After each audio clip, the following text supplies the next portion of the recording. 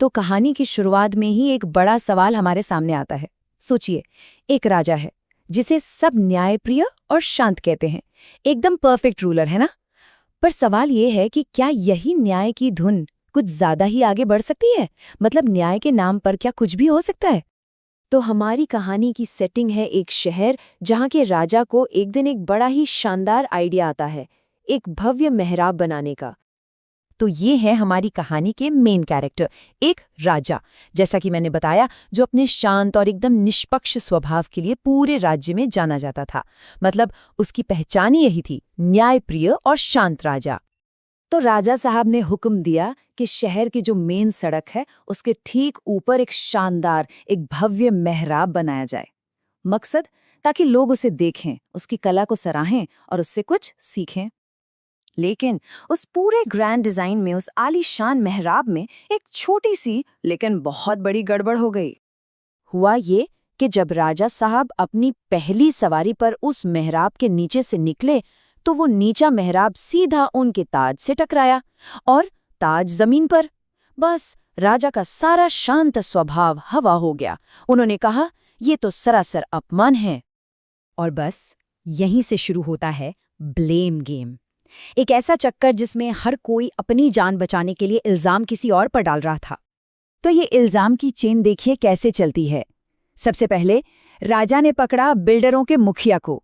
मुखिया ने कहा, मेरी क्या गलती, ये तो मजदूरों का काम है। मजदूरों ने ठिकरा फोड़ा राजमिस्त्रियों पर और राजमिस्त्रियों ने उंगली उठा दी आर्किटेक्ट यानी वास्तुकार पर। लेकिन असली मजा तो तब आया जब वास्तुकार की बारी आई।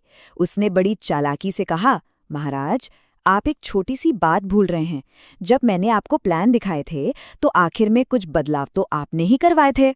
लीजिए, बात घूम फिर कर वापस राजा पर ही आ गई। अब सोचिए राजा की हालत। इल्जाम खुद पर आ गया है और बाहर जनता गुस्से में है, तमाशा देख रही है। अब राजा को इस सिचुएशन को कंट्रोल करने के लिए कुछ ना कुछ तो करना ही पड़ेगा, और जल्दी। तो प्रजा को शांत करने के लिए राजा ने ऐलान कर दिया, देश को फांसी चाहिए। किसी न किसी को तो सूली पर चढ़ना ही होगा, और वो भी फौरन। मतलब इससे फर्क नहीं पड़ता कि कौन है, बस किसी को फांसी देनी है। तो लीजिए, फांसी का फंदा तैयार कर दिया गया। और फिर एक अजीब ही काम शुरू हुआ। शहर के हर आदमी को लाइन में लगाकर फंदे से नापा जाने लगा, ये देखने के लिए कि किसकी गर्दन उसमें एकदम परफेक्ट फिट होती है। पर ये क्या, कोई भी उस फंदे के लिए सही साइज का नहीं मिल रहा था। कोई बहुत छोटा, कोई बहुत मोटा। सिर्फ एक ही इंसान था जिसकी लंबाई, जिसकी गर्दन उस फंदे के लिए बनी थी, और वो था खुद राजा। सोचिए, कहानी का सबसे बड़ा मजाक, जिस फंदे को उसने बनवाया उसमें फिट होने वाला अकेला इंसान वो खुद ही निकला। और बस अपने ही बनाए कानून का मान रखने के लिए और उतावली भीड़ को शांत करने के लिए महामहिम को उन्हीं के शाही फरमान के तहत फांसी पर चढ़ा दिया गया। तो अब राजा तो रहा नहीं, सिंहासन खाली है। तो अब अगला राजा कौन बनेगा? भाई, इसके लिए जो तरीका अपनाया गया वो तो और भी अजीब था। अब मंत्रियों ने अपनी पुरानी परंपरा निकाली। फैसला हुआ कि शहर के मेन गेट से जो भी अगला शख्स गुजरेगा वही हमारे नए राजा को चुनेगा।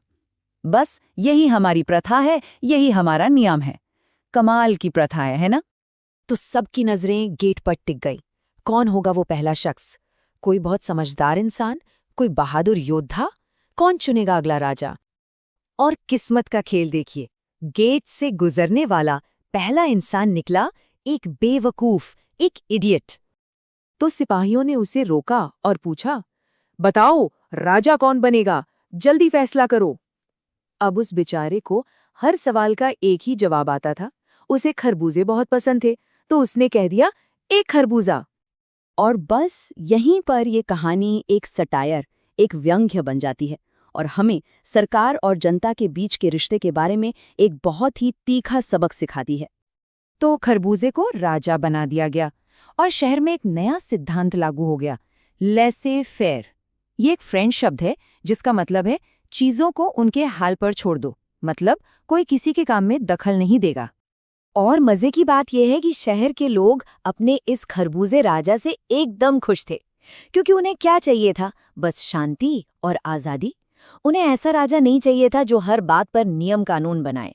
खरबूजा तो कुछ करता ही नहीं था, तो सब बढ़िया चल रहा था। तो आखिर में ये कहानी हमें बहुत बड़े सवाल के साथ छोड़ जाती है। ये किसी भी सिस्टम के बारे में क्या बताता है जब वहाँ के लोग एक असली दखल देने वाले राजा के बजाय एक खरबूजे को पसंद करने लगें।